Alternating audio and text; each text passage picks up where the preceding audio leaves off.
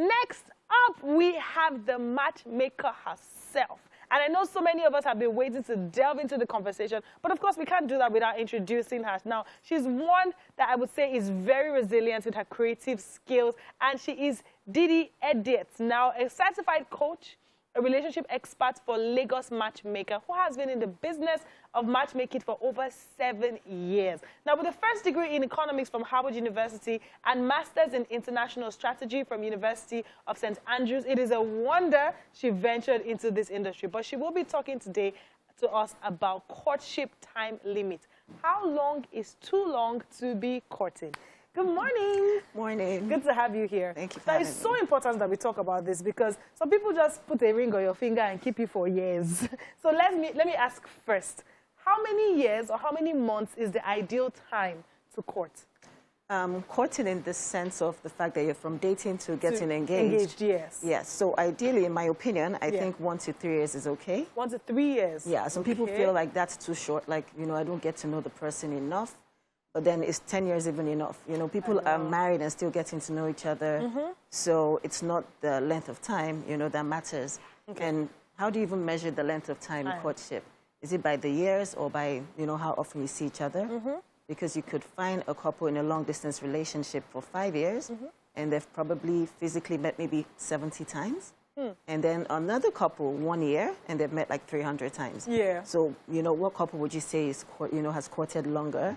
So you can't really measure it in terms of length of, years or physically, So basically, I don't think the length of courtship is that important. Ooh, okay. But I think it should be kept, short. Short. Okay, so you're saying that now the length of courtship is not that important if there's physical presence. Yes. If you're in separate countries or separate states, the length of courtship, being together, is important. Yes. Actually, what you do in courtship is more important than the time. You know. Yes. So there are other things to focus on, as opposed to focusing on how long you've known each other. Yeah. Because you can know each other for like 5 years and not enough, or not as much as someone that's, known each other for 1 year. Yeah, because, I was talking to a friend and she said that she has this friend, they were just friends, and now they're dating. They've been friends for, I think, 5 years, and now they're dating. It feels like 2 different people. So what does that mean? Because how can you be friends for someone for 5 years, and now that you're dating, it's different? What makes it different? Because now you're seeing a different part of them. You're seeing the different aspects. And that's why the length of courtship isn't important. If not, she would have included the 5 years as time spent, Yeah. But there are other things that you focus on when courting. So, like, what's this person like when you travel together? So some people stay 5 years, never travel together, never have an argument. Those are important things that should be focused on in courtship, as opposed to the time spent. Something weird came to my mind now. So imagine courting for 3 years and then you haven't had an argument. Are you saying that the girl or someone should instigate an argument so we just know how you are post-argument? Somehow the argument is going to happen when you're like married. You're going to actually have conflicts and stuff. So you need to have an idea of how you're going to resolve that conflict. Yeah. Is one person the kind of person that's going to walk out? Is the other person the type that would just, keep malice? You need to just kind of have an idea. I don't know if someone will instigate.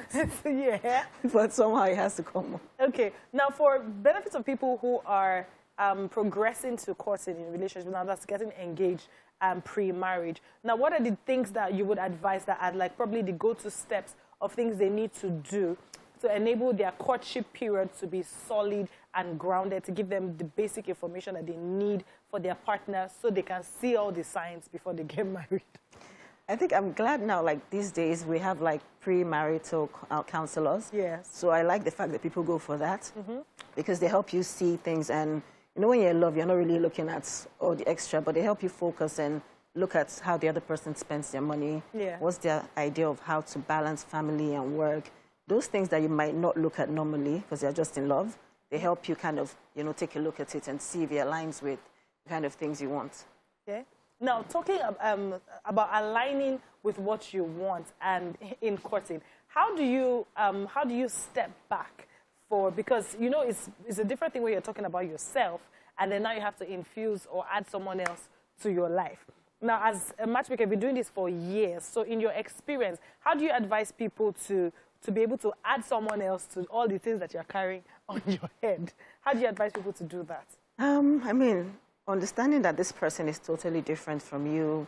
So, you know, they always say relationship is work, which it is.